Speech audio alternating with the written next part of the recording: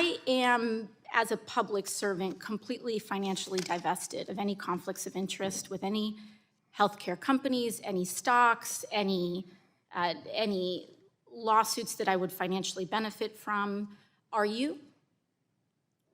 Yes. You're completely divested. Yes. You have no financial interest in any lawsuit, crypto, none of that. No. Oh, okay. Crypto? I own Bitcoin. Okay. And do you have any other securities or assets? I don't. I mean, I had to go through this with the Office of Government Ethics, and I had a few interests that were very minor that I divested. Okay, just checking. I'd always like to. It's a good question. I always like to know what the field is before I enter conversations. So thank you for that. In the healthcare space, something that we've both spoken to is that some of the worst actors are in the for-profit medical space. Are in for-profit health insurance, big pharma, et cetera. And one of the worst companies actually is United Healthcare in this respect. United Healthcare is the largest health insurance company in the country. They are the largest employer of doctors and own thousands of pharmacies, clinics, surgery centers, and home health agencies, as well as hospice providers. Secretary Kennedy, are you aware that President Trump's Department of Justice is reportedly investigating United Healthcare for criminal insurance fraud in some of their for-profit health insurance plans, like Medicare Advantage? I'm not aware of that investigation. You are not aware that the Trump Department of Justice is investigating the largest insurance company in America that No, I'm not aware of. For fraud in Medicare Advantage? No, I'm not aware of that. That you have jurisdiction over? It doesn't surprise me. Okay. In your submitted testimony, you said HHS takes seriously our role as responsible stewards of taxpayer dollars. Are you aware that for-profit insurance corporations like United Healthcare have been found to be defrauding public dollars of more than $80 billion a year?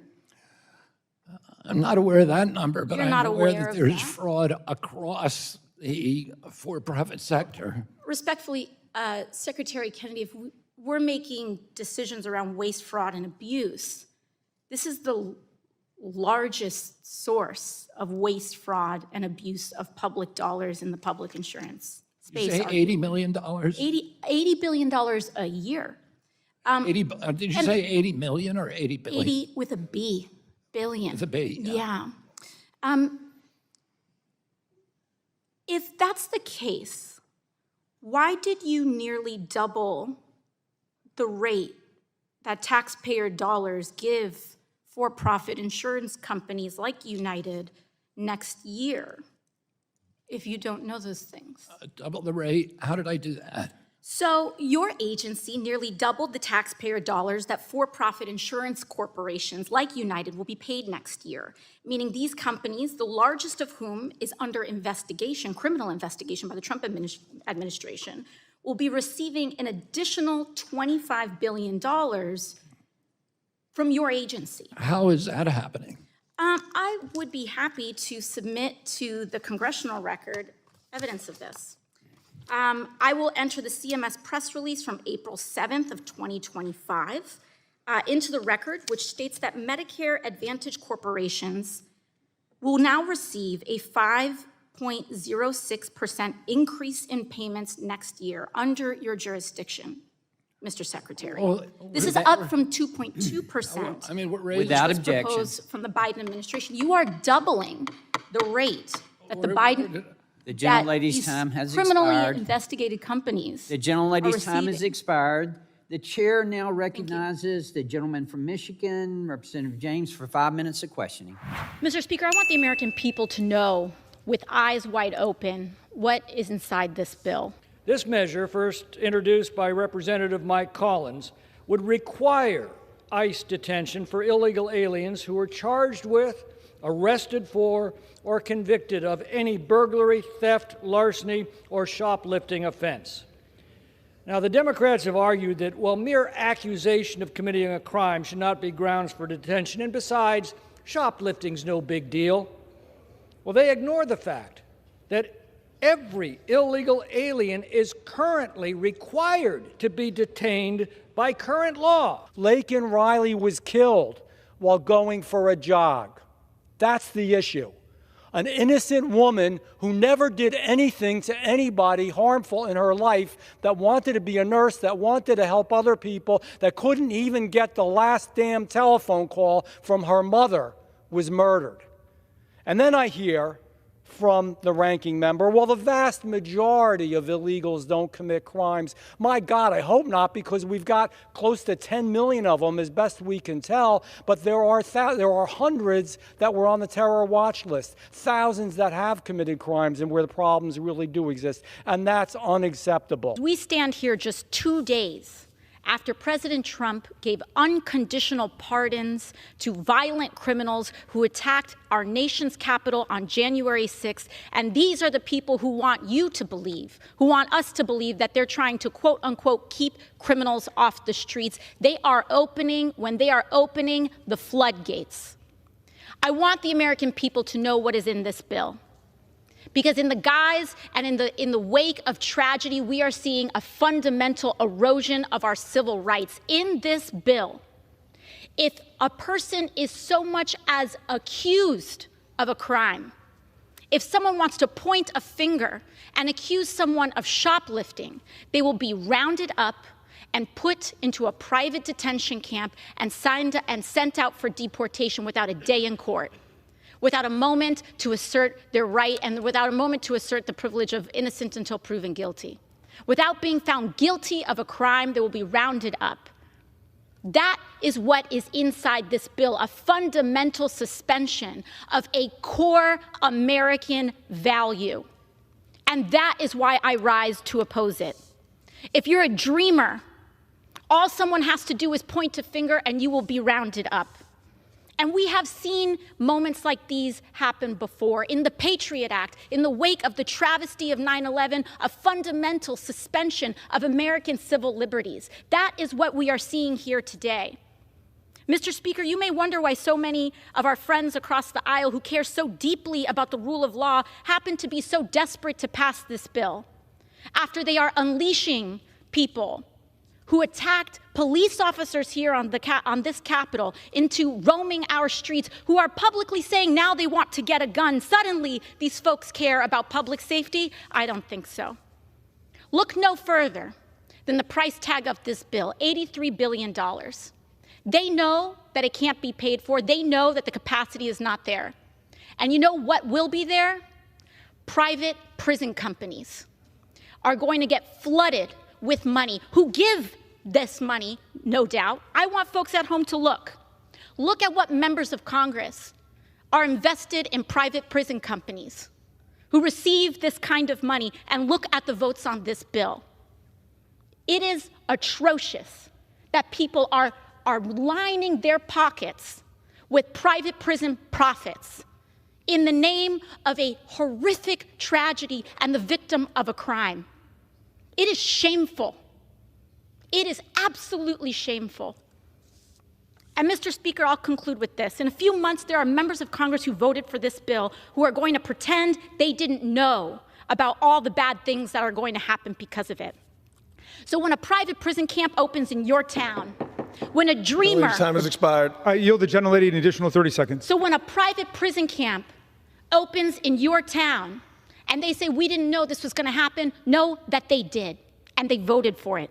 When a dreamer is disappeared from your classroom, when the President of the United States destroys what is left of the Constitution as he's announced in this attack on birthright citizenship, they will all say, we didn't know this was coming. And I want the American people to know that they did.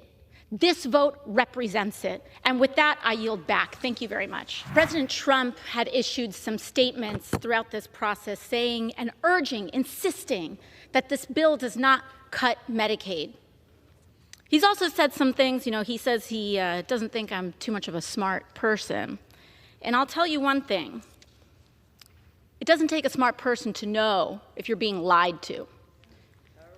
President Trump, you're either being lied to or you are lying to the American people.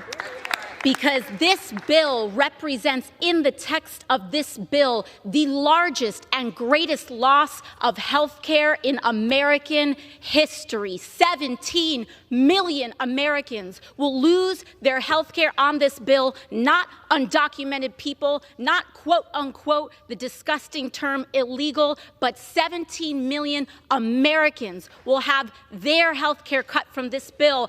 On this point of tax on tips, as one of the only people in this body who has lived off of tips, I want to tell you a little bit about the scam of that text, a little bit of the fine print there. The cap on that is $25,000. While you're jacking up taxes on people who make less than $50,000 across the United States, while taking away their SNAP, while taking away their Medicaid, while kicking them off of the ACA and their health care extensions. So if you're at home and you're living off tips, you do the math. Is that worth it to you?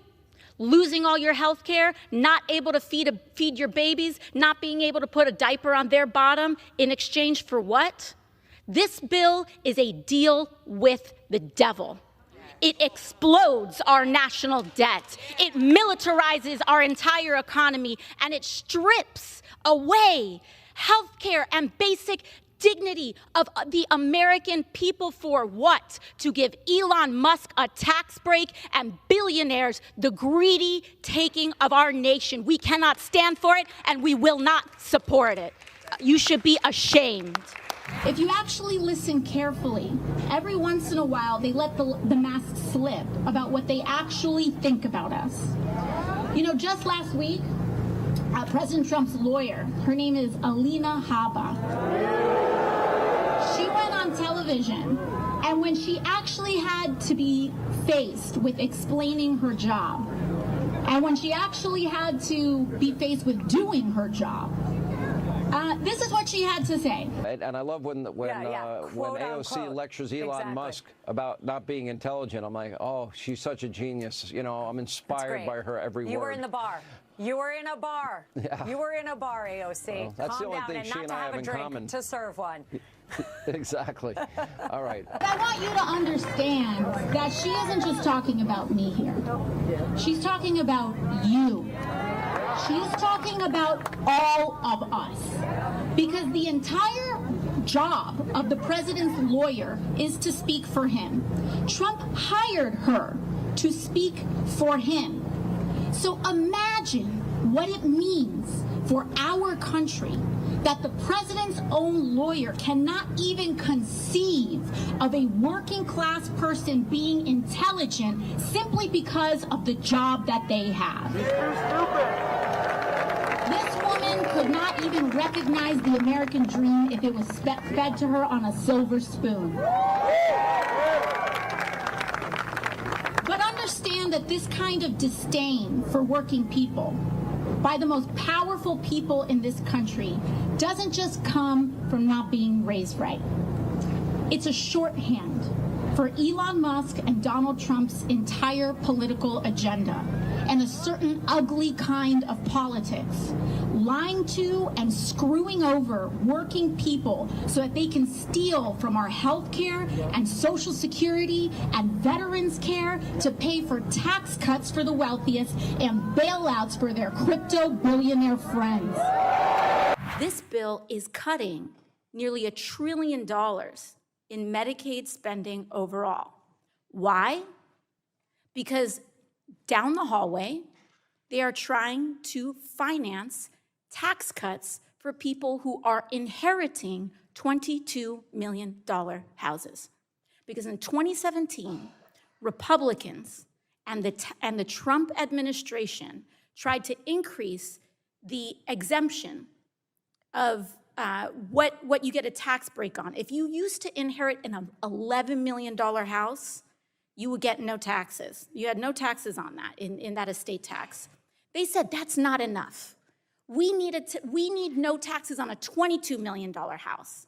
Will the gentlelady yield? Expired, I have to finish. That expires now. And it costs a lot of money to extend that tax break up to $22 million. So to pay for that, They are doing this.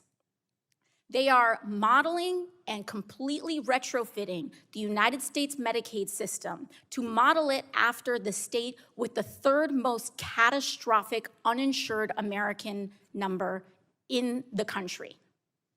In the dead of night at 2:38 in the morning, when everyone is asleep, when we've asked for the opportunity to do this in the light of day, so that people can call their representatives' offices in order to stop this disaster.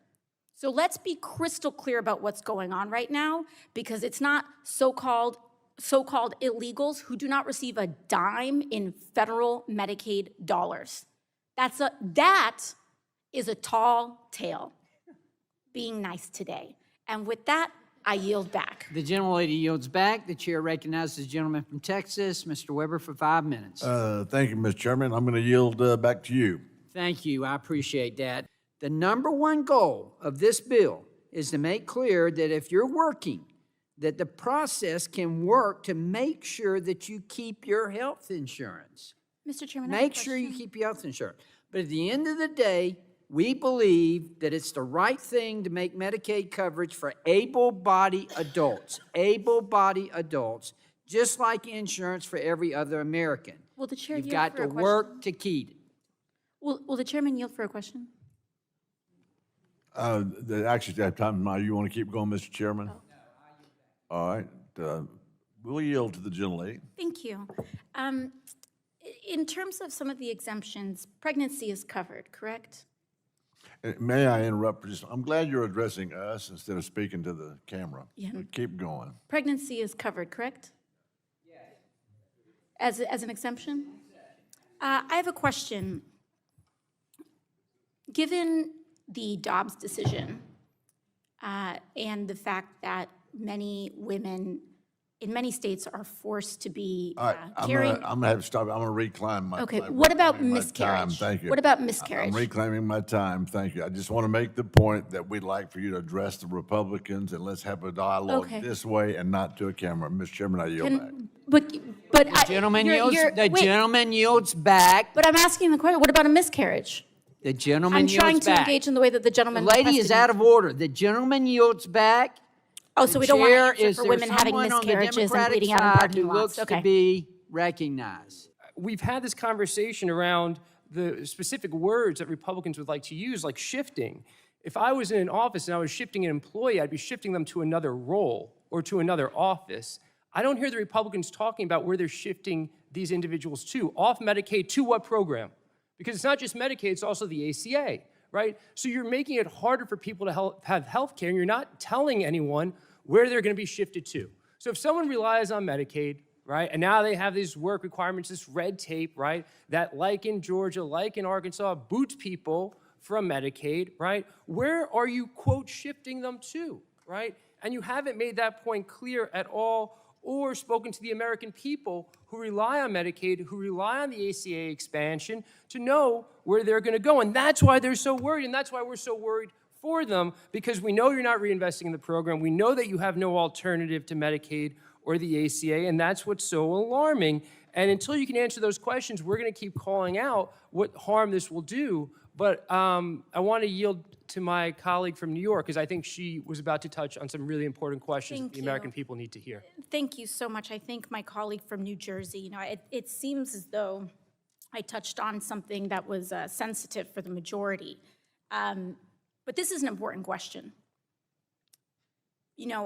Many of us, we're here in Congress. This is a body that is less than 30% female, so it is not uncommon that many of my colleagues are unfamiliar with our biology and the needs for 50% of Americans. Since the majority did not seem interested in answering the question, I would like to pose a question to council. Able-bodied American. Obviously, if you're pregnant, you are covered under the exemption, correct? That is correct. If you are not pregnant, you would not be covered under the pregnancy exemption, correct? That is correct. So if a woman miscarries, she would then be kicked off the exemption, correct? The exemption also includes postpartum coverage. Postpartum, miscarriage. Is miscarriage covered under that? If a state includes miscarriage under postpartum coverage, then yes. Federally, in this statute, is miscarriage explicitly included in the language of the text? The bill includes postpartum coverage as an exemption. Miscarriage is not listed, correct? If a miscarriage by a state is included in postpartum coverage, then yes. Is miscarriage explicitly included in the text of the bill? It is not explicitly stated in the text. Thank you very much. I think this is tremendously important for my colleagues to understand because President Trump nominated anti-abortion, anti-choice Supreme Court justices that now, because of the Dobbs ruling, have forced women to carry not just carry out miscarriages, traumatic miscarriages, which can be debilitating, life-threatening, and then on top of it, could potentially endanger their insurance status. Sit with that. Thank you. Will the gentlelady yield? I will yield. Thank you so much. And you know, speaking of where we are addressing and who we are addressing, there are 13.7 million Americans on the other side of that screen right there. Hello? Hello. I'm talking to you because I work for you. And they deserve to see what is happening here. Because there are plenty of districts, including Republican ones, where 25% of your constituents are on Medicaid. 40% of your constituents are on Medicaid. And yes, I am talking. Will the gentlelady yield? I am talking to them, and I will not yield because it was a terribly disrespectful comment, and I will not yield to disrespectful men. Thank you very much. You yield back? We'll yield back to the gentlelady. Yes, I yield to the doctor from California. Today, the Republican House majority brought to the floor a resolution honoring, quote, honoring the life and legacy of Charlie Kirk. Charlie Kirk's assassination was a horrific and vile attack and incident of political violence. And condemning the depravity of Kirk's brutal murder is a straightforward matter, one that is especially important to help stabilize an increasingly unsafe and volatile political environment where everyday people feel more at risk. We can deeply disagree and come together as a country to denounce the horror of this killing. And it is not a license for the abuse of power and whitewashing of American history. Today's resolution only underscores the majority's recklessness by choosing to author this condemnation and honoring on a purely partisan basis, instead of uniting Congress in this tragedy with one of the many bipartisan options to condemn political violence and Kirk's murder, as we did with the late Melissa Hortman. Instead, the majority proceeded with a resolution that brings great pain to the millions of Americans who endured segregation, Jim Crow, and the legacy of bigotry today. We should be clear about who Charlie Kirk was. A man who believed that the Civil Rights Act that granted Black Americans the right to vote was a mistake, who after the violent attack on Paul Pelosi claimed that, quote, some amazing patriot, unquote, should bail out his brutal assailant, and accused Jews of controlling, quote, not just the colleges, it's the nonprofits, it's the movies, it's Hollywood, it's all of it, unquote. His rhetoric and beliefs were ignorant, uneducated, and sought to disenfranchise millions of Americans, far from the working, quote, working tirelessly to promote unity, unquote, asserted by the majority in this resolution. It is equally important that Congress does unite to reject the government's attempt to weaponize this moment into an all-out assault on free speech across the country, all in the name of Charlie Kirk, President Trump and the FCC are now cynically threatening to shut down ABC and any outlets who give airtime to the administration's political critics. This is a disgusting attack on the American people and the very First Amendment rights that define us as a country. It is also the ABC Corporation's responsibility to refuse to embolden and participate in this corruption and escalation of censorship. We continue to pray for Mr. Kirk's family and loved ones in the wake of this terrible act. I am thinking especially of his children and his wife, whose grief cannot be measured. And with that, I yield back to the gentleman.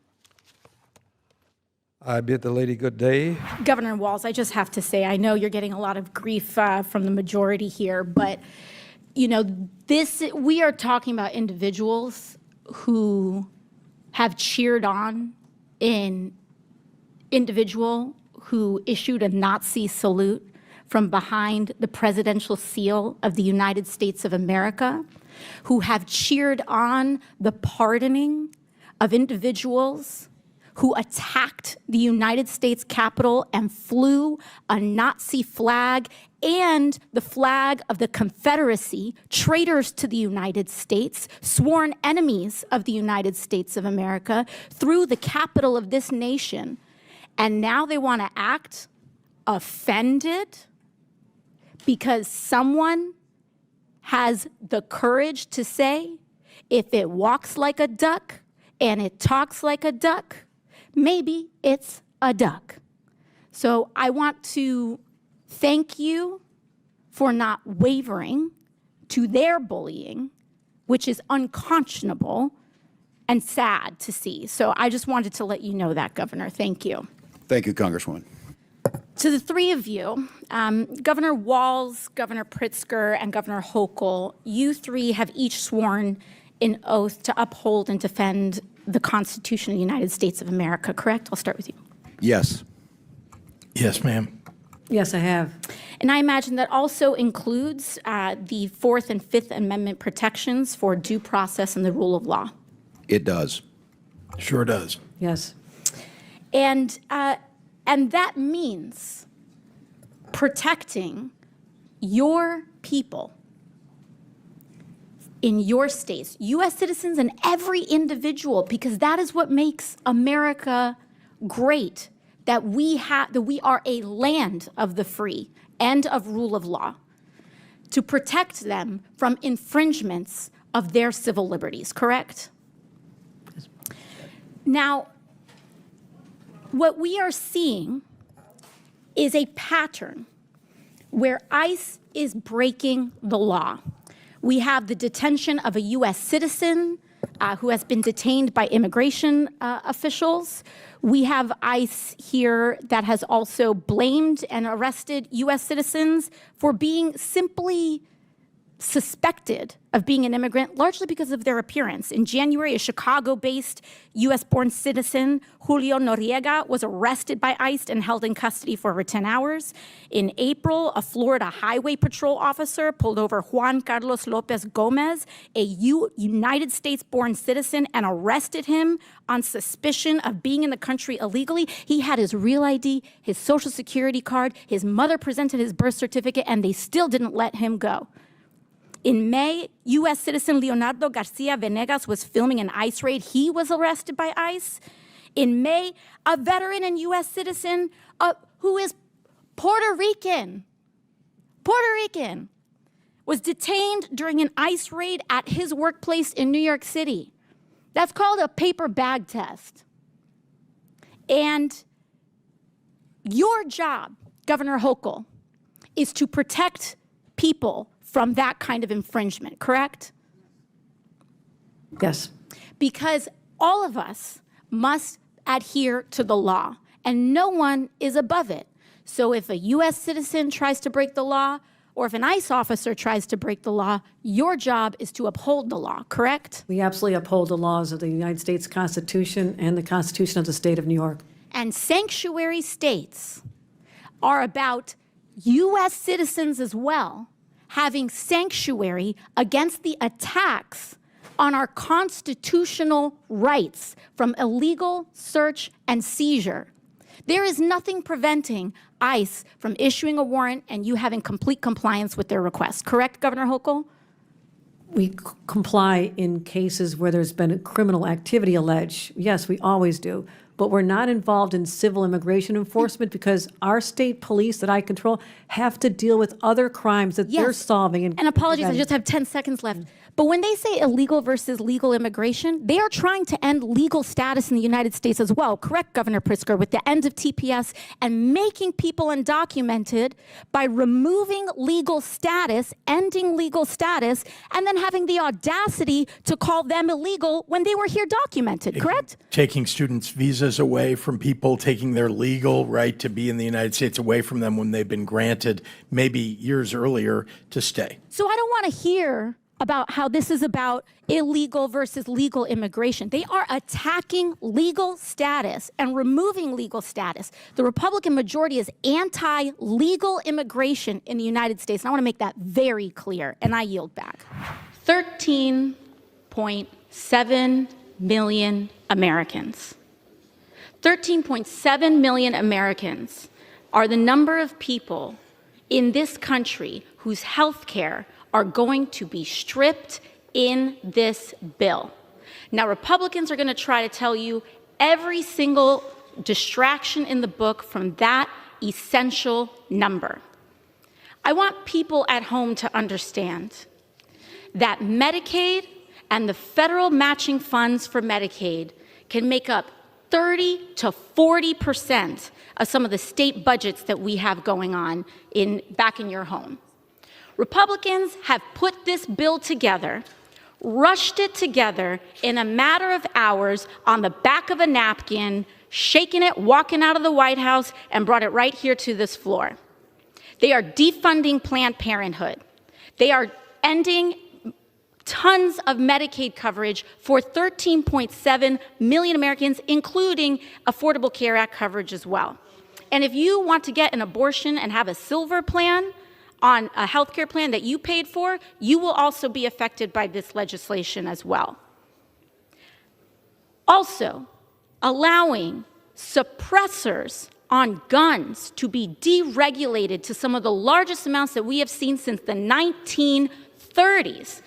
This is just a Christmas bill. This is just a Christmas tree. I yield the gentlelady additional 30 seconds. And so I want people to understand, for my Republican colleagues who assure what is in and not in this bill, in this process that has been this rushed, when you wake up in the morning, you will realize that you voted to defund Planned Parenthood and to take away health care from 13.7 million Americans. And when this country wakes up in the morning, there will be consequences to pay for this. And I yield back. You know, I think it's important to, one of the comments that was made earlier is this idea that our concerns around our medical systems and research is unsubstantiated, that it's, quote, been just a week. Let us remind you, it has been barely a week since these notices went out.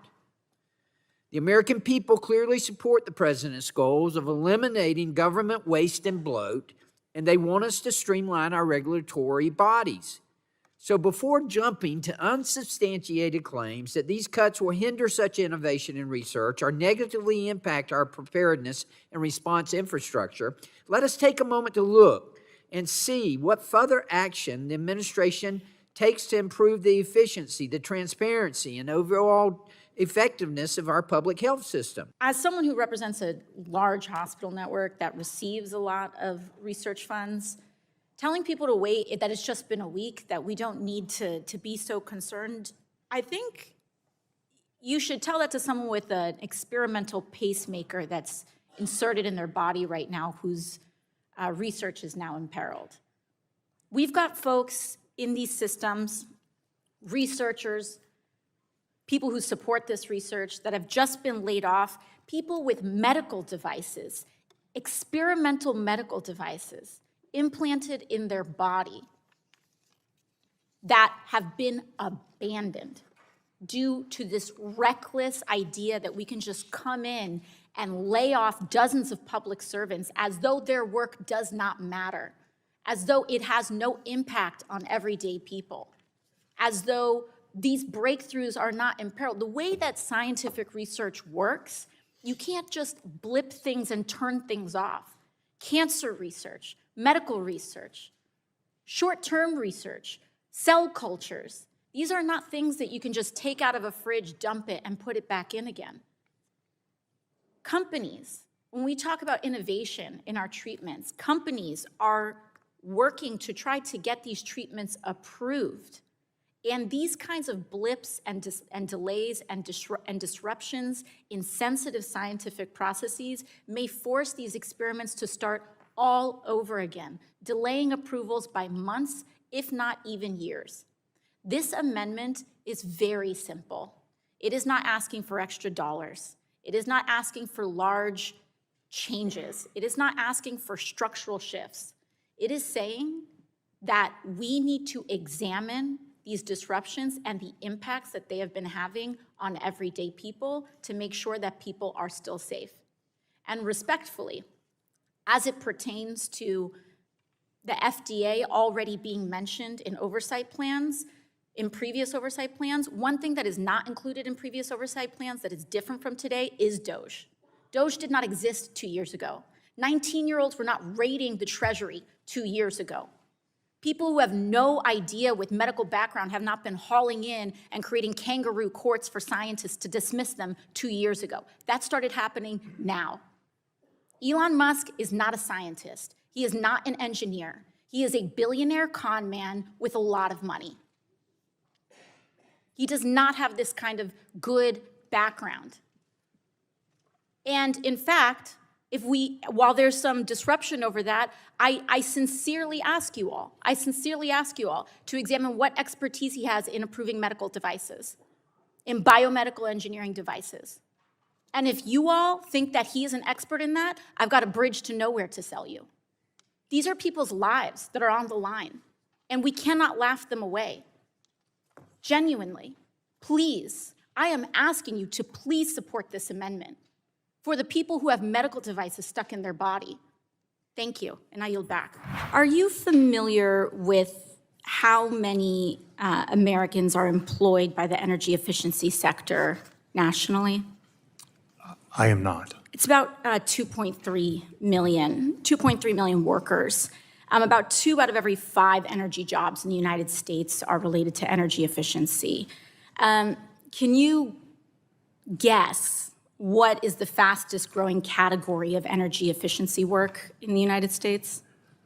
I'm not particularly good at guessing. That's all right. So, yes. It's construction. Okay. So these are construction jobs. Energy efficiency jobs are construction jobs, installation, production, manufacturing, HVAC, building materials, all of it. Now, do you know how many jobs have been threatened or lost due to the Trump administration's closures of clean energy projects in the last 6 months or so, the first half of this year? I'm not aware of any such analysis. 91,000. Trump administration and Department of Energy policies have cost Americans 91,000 jobs nationwide in rollbacks on efficiency. And, you know, these large numbers are statistics. They're hard to, I think, people to understand when they show up on a white paper. But in Colorado's 8th district, Amprius Technologies canceled plans to construct a $190 million battery plant in Brighton, Colorado. In that same district, actually, another company, VSK Energy, canceled plans due to the Trump administration, canceled their plans to build solar panels, and they scratched a $250 million investment and up to 900 jobs in that same district. In Georgia 12, an EV plant was canceled due to the Trump administration and DOE's freezing of the EV charging program. Registered Georgia has a population of 157 people. They lost out on 166 jobs. They lost more jobs than they have people in that town because of the cancellation and war on renewable energy and clean energy here. In that same district, a copper foil manufacturing plant went bankrupt as a result of these rollbacks, and Augusta, Georgia lost out on 350 jobs. And I mean, the list goes on. In South Carolina, 250 jobs when a construction of an EV plant in Florence was halted due to DOE's freezing of funds. I mean, we could go on. In Michigan 10th, 167 jobs were lost after $50 million worth of investment. These are all freezes in renewable and clean energy construction and development projects. This is an industry that has been a source of jobs and growth. This administration, the Trump administration, is destroying the American economy, destroying American jobs. 91,000 jobs in this sector alone. I have one simple question. In these towns and areas, what is the DOE's plan to replace those jobs in those affected areas? I'll say this is beyond the scope of what I'm prepared to testify to today. I'd be happy to take the question for the record in regard to the analysis that you cited here in regard to job loss. So in your view, you're the general counsel for the Department of Energy, that's correct? Acting. Acting. And in all that you've seen, have you seen any effort to replace these jobs that are being canceled by the administration? I have not. I'm not sure that would have come not. my way. But So we're seeing a concerted effort, 91,000 jobs already gone. Now, this is after the administration has also already released a revised report saying we have 1 million less jobs in this economy than there was originally reported. We're actively killing plants and projects in rural places across this country. And I'm hearing today that there's no effort to replace them. And my time is up. I yield back. And if you would, just in writing, answer the lady's question, the general lady's question. Thank you. yes, I can't answer the question because I haven't seen the analysis, but I'd be happy to take the question for the record. So I started hosting Know Your Rights seminars for the community because following the law is not just for U.S. citizens, it's for ICE too, and they need to follow the law as well. And so when you know what the law is and what your rights are, you can enforce those rights. So I was hosting a lot of these Know Your Rights seminars throughout the district. And Tom Homan, who was the acting director of ICE, who was later allegedly reported to be taking $50,000 in cash in kava bags, whatever, allegedly, according to some of this reporting. But back then, Tom Homan decides that he's going to try to threaten me. And he's going to say, I'm going to request that the Department of Justice open an investigation onto you, a legal investigation onto you into aiding and abetting crime. What I find disturbing is that any member of Congress wants to educate people how they evade law enforcement. You can claim you're educating those constitutional rights. Okay, you can keep that claim. But what she in fact is doing is telling people don't open your door, hide in your home, don't talk to ICE. We're talking about people who are in the country illegally, committed a crime, they're a public safety threat, they've been convicted of serious crime, and they've been ordered removed by a federal judge.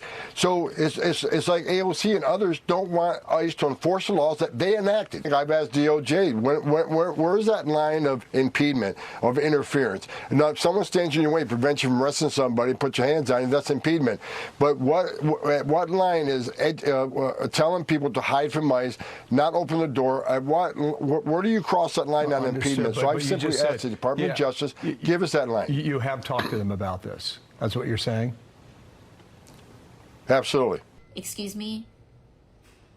Aiding and abetting crime. We are aiding and abetting the prevention of crime because people need to know their rights so that their rights aren't violated. So anyways, he goes on and makes this huge public announcement about how he wants to target me for a federal investigation. That's a very serious thing, right? This guy has a lot of power, right? He was the acting director of ICE. He has a direct line to Pam Bondi at the Department of Justice, a department of whose actual respect for the law is eroding by the day. And it doesn't matter whether it's legal or not. It doesn't matter if it's right or not. They have the power and they are positioned to abuse their power and to open such a thing on totally baseless grounds that even if it's false, they can try to do that, right? And so that's a scary thing. So I can respond to that by being scared and stopping my Know Your Rights seminars, right? Pulling back. But I didn't, because this guy is a joke. I am using clean language on this live, but this guy is a joke. Kristi Noem is a joke. J.D. Vance, the vice president of the United States, went behind a podium and went, boo-hoo-hoo, the shutdown is AOC's fault, as though this man isn't vice president of the United States of America. You know what I have to say to that? You look like a clown back there. You're the second most powerful person in this country, and you're crying about me? And you're blaming the whole government shutdown on me? LOL, my guy. Like, laugh at them. Make them small. These people seek out and abuse all of this power because they want to feel big. They want to feel bigger than you. They crush immigrant communities, not because these people are criminals. Mind you, look at ICE activity. They are not going after criminals. They are going after kids. There was a 7-year-old in my district that got taken by ICE. A 7-year-old. A 7-year-old. And I've been doing what I can to try to intervene in that case. I can't speak to it, but like a 7-year-old. These people do this in order to make themselves feel powerful, because deep, deep, deep down inside, they feel and know how small they are. And in order for a small person to feel big, they have to crush someone else. And like that is what their whole political identity is all about. It is about this forced supremacy that is based on nothing, because they feel and know how small they actually are. And instead of actually fixing the things that are making them so small and insufficient, they have to pick on someone, or they have to pick on communities that have no one defending them. That's what this is all about. This whole thing, this whole fight about, Democrats are shutting down the government because they want healthcare for illegal immigrants. First of all, totally false. Second of all, when they, as I've said before, federal law prevents undocumented people from getting covered by ACA insurance, Medicaid, etc., right? They are trying to come back with this tiny loophole, being like, oh, but there are some federal funds that could possibly on the state level, da-da-da. You know what they're actually pointing to is that Ronald Reagan in the 1980s, the United States passed a law that said if you walk into an ER, a hospital cannot refuse you care if you can't afford it, if you're not covered. Because we decided that we wanted to be a civilized country, that if someone gets hit by a car and they're bleeding out, that a doctor isn't checking for their insurance coverage before they go rush into an emergency room. Like that you are treating the human being first, because we don't want to live in, trust me, regardless of your stances on immigration, you do not want to live in a country where that law is reversed. I guarantee you that. I guarantee you that. And so they're trying to whatever, the point is that they are scrapping and grasping at straws because they have nothing else. Laugh at them. Stephen Miller is a clown. I've never seen that guy in real life, but he looks like he's 4'10", and he looks like he is angry about the fact that he's 4'10". And he looks like he is so mad that he is 4'10", that he's taking that anger out at any other population possible. Like, laugh at them. Laugh at them. Yes, they are dangerous. Yes, we're here to be strong for one another. We need to expose the lies.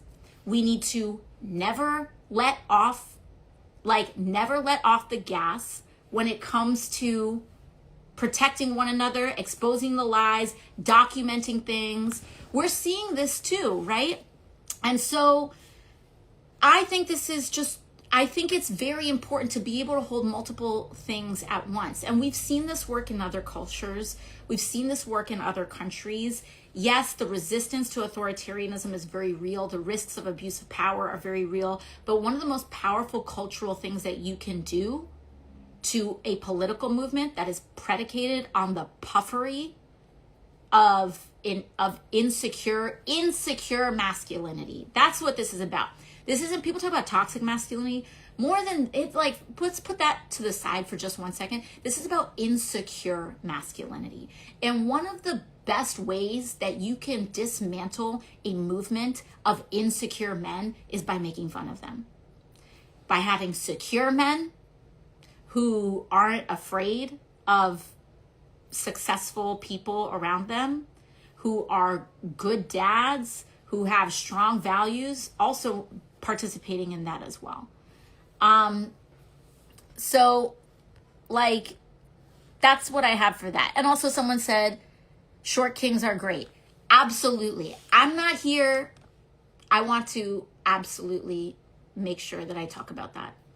I'm not here to make fun of anyone's anything, but the way people overcompensate over their own stories is what I'm talking about there. So thank you for the clarification.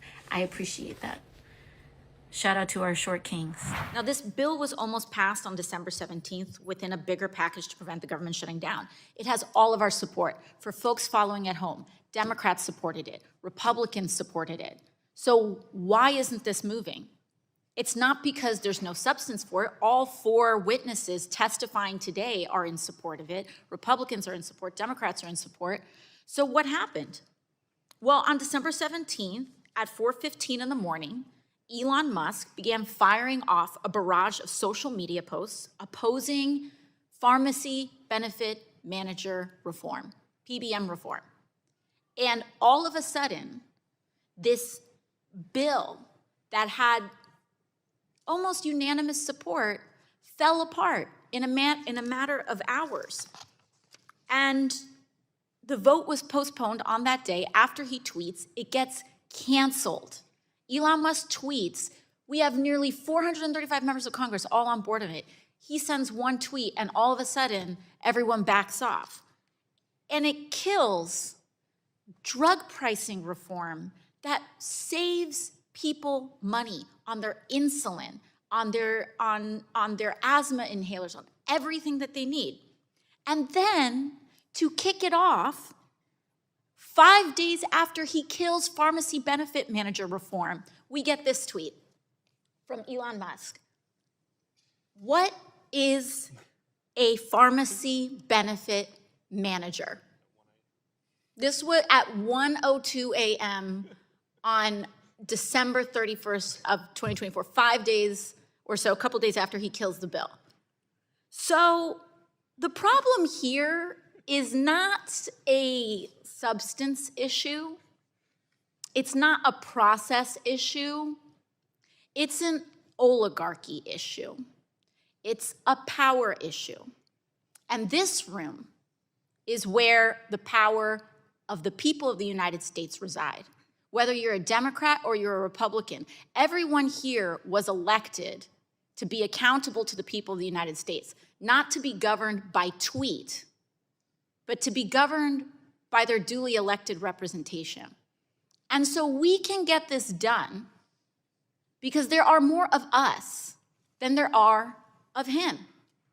So I would love a commitment from our Republican counterparts who we agree with on this issue to just put it on the floor and let us vote for it where there is bipartisan agreement and we can actually get a result of for the American people by booting this guy out from political influence. And with that, I yield back. Mayor Adams, on January 31st of 2025, your attorneys met with federal prosecutors regarding the charges of bribery, campaign finance fraud, and conspiracy against you. Were you aware of this meeting prior to its occurrence? Congresswoman, Microphone, please. I'm sorry. As I stated to your colleagues, and I'm going to continue to state because we're asking the same question over and over again. This is a new question. This case is in front of Judge Ho, and out of deference to I our understand, criminal justice Mayor Adams. process, I'm going to Mayor Adams, defer this as your to the counsel, court. I'm sure will inform you. The only permissible way to refuse to answer a question during a congressional proceeding such as this is by pleading the Fifth Amendment. Deference to the judge is not a permissible excuse for not answering questions during a congressional hearing. Is it your intention to plead the Fifth today? Councilwoman, you said the only way that you can't answer a question is to plead the Fifth. I am answering your question. I'm answering your question directly. That You are not, Mayor Adams. Okay, I believe I am. I will ask it again. Were you aware of the meeting between your attorneys and federal prosecutors on January 31st? Answering this question is a yes or a no. And I'm going to answer it again. Out of deference to Judge Ho, with this case That is not an answer, Mayor Adams. He is going to deal with the outcome of the case. Mayor Adams, is it your intention to not comply with these questions?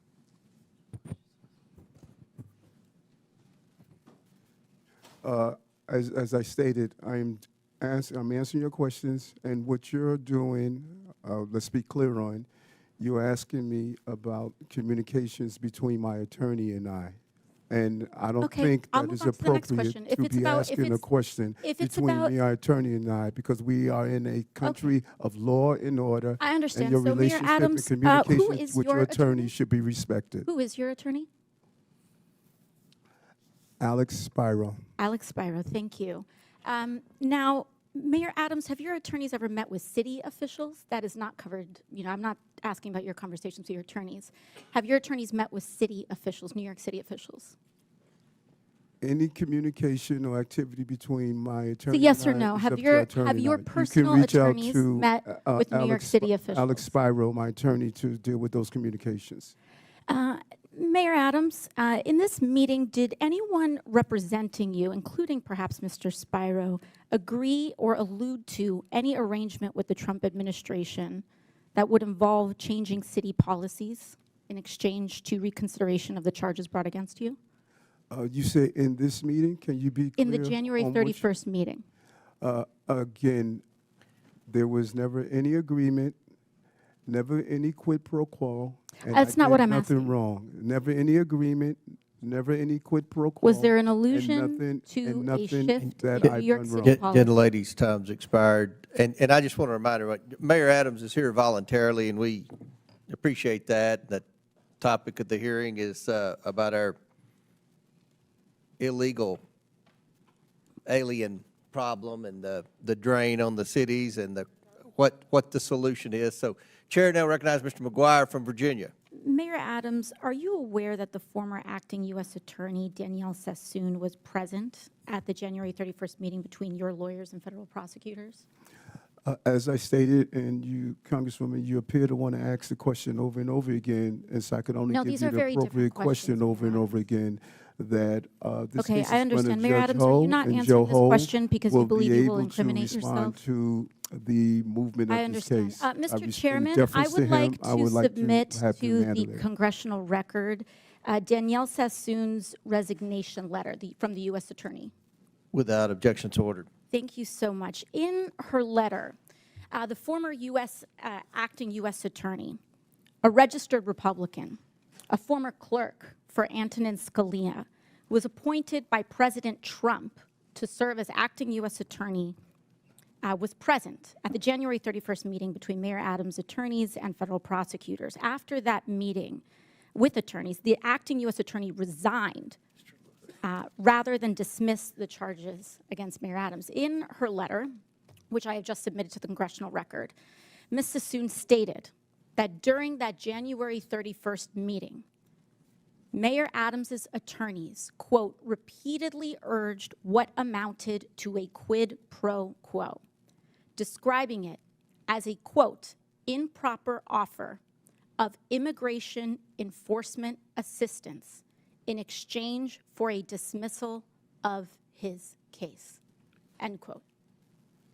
The acting U.S. attorney has submitted a former acting U.S. attorney has submitted a letter. And Mayor Adams, do you know how many federal prosecutors total resigned rather than file the motion to drop the charges? It was reported that 7. 7, correct. Mr. Chair, I would like to submit another letter from Hagan Scotton, his resignation letter. Without objection, so ordered. Mr. Scotton was an assistant U.S. attorney who also attended the January 31st meeting between your attorneys and federal prosecutors. He also resigned rather than drop the charges.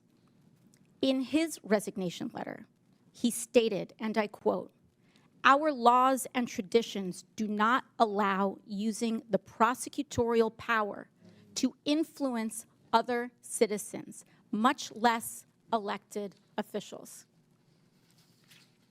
7 federal prosecutors, the acting U.S. attorney, the assistant U.S. attorney, all gave up their entire careers, Republicans included, then drop these charges because of what they saw transpire in that January 31st meeting. This is important not just for the city of New York, but for the people of the United States of America. Because what is being alleged is genuinely not just about what may or may not have occurred from the mayor's office and with the mayor, but what is happening at the Department of Justice. And that's what I want everyone to understand. These are not Democratic U.S. attorneys. These are Republican U.S. attorneys that have trained under Republican-appointed Supreme Court justices who have stated that there is and suggested as well, that the prosecutorial power at the Department of Justice may be influencing what is occurring. And instead of carrying that out and carrying out the erosion at the Department of Justice, they would have preferred to give up their entire careers. 7 lifelong public servants involved in law enforcement, mind you. And to that, when it comes to the fact that this may or may not have anything to do with this hearing, respectfully, Mr. Chairman, this is about specifically immigration enforcement in terms of that. And this right here is the 4-alarm fire that everyone must be paying attention to. Because if it's not just in the mayor's office of New York City, what other city, what other individual, what other municipality leader can be next? For a party that talks about states' rights and municipal rights, we must defend, yes, the rule of law, including in the Department of Justice. And with that, I yield back. Less than 2 weeks ago, we saw Republicans vote to completely gut Medicaid, which covers nearly half of all births in the United States. And they did this despite the fact that the United States, the richest country in the world, also has the highest rate of maternal deaths among all wealthy countries. Black women in particular in America are dying at more than 3 times the rate of white women in childbirth. And we also have the highest rate of infant deaths overall compared to other high-income countries. We're also the only country that doesn't guarantee healthcare as a basic human right. Dr. Chen, as a medical provider, can you speak to why the United States has such high rates of infant and maternal mortality?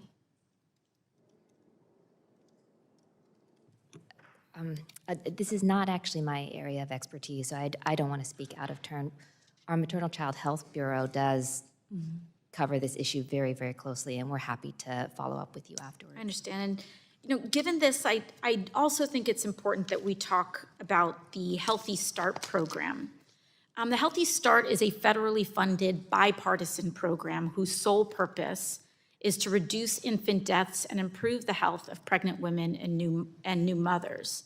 There are more than 115 Healthy Start programs across the country in both Republican and Democratic districts. In fact, Healthy Start was actually created by Republican President George H.W. Bush in 1991. Healthy Start programs, like the ones in my community in the Bronx, provide education for new parents so that they can safely care for their baby and one-on-one support through home visits. They ensure that families are connected to the services they need, like housing, food, transportation, and prenatal and postpartum care.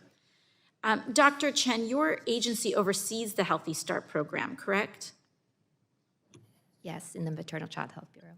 And as I mentioned earlier, it was created under Republican President George H.W. Bush, but since then, Healthy Start has been reauthorized several times on a bipartisan basis. The last time it was reauthorized was during President Trump's first administration.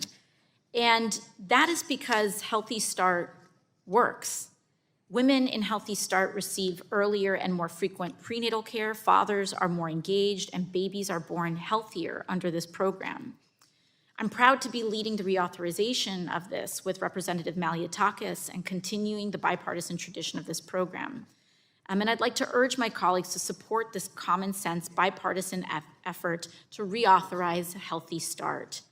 I also want to briefly turn to another bill we are discussing today about sunscreen, which was led by my colleagues, Representatives Joyce and Dingell, which was spoken to earlier today. With respect to sunscreen, as skin cancer is the most common cancer in the United States. And for people who work long hours outside, like farm workers and construction workers, adequate sun protection is essential.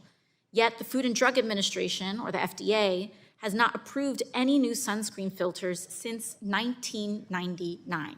Yet our counterparts in Europe and Korea and many other markets around the world have been able to bring much more technologically advanced filters to the market. And the reason this is important is that it's not just a cosmetic issue. The easier sunscreens are to apply, and the more elegant these formulations are, then the easier and more commonly adopted they will be for people to use.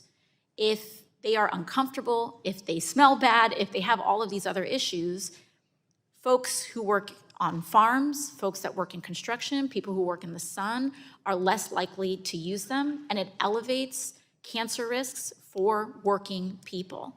And so I am deeply supportive of efforts within the FDA to help streamline a safe process for approving these new filters, ensuring, yes, we want to make sure that there aren't endocrine disruptions or any other kinds of issues, ensuring the safety of these, but surely we can come to a process where we don't have to wait 25 years between filters when we're being outperformed by the rest of the world. So I want to express my support for those efforts and ensure that we can get this moving because it's just simply unacceptable. And Dr. Corrigan-Curray, why is the United States so far behind other countries when it comes to available sunscreens?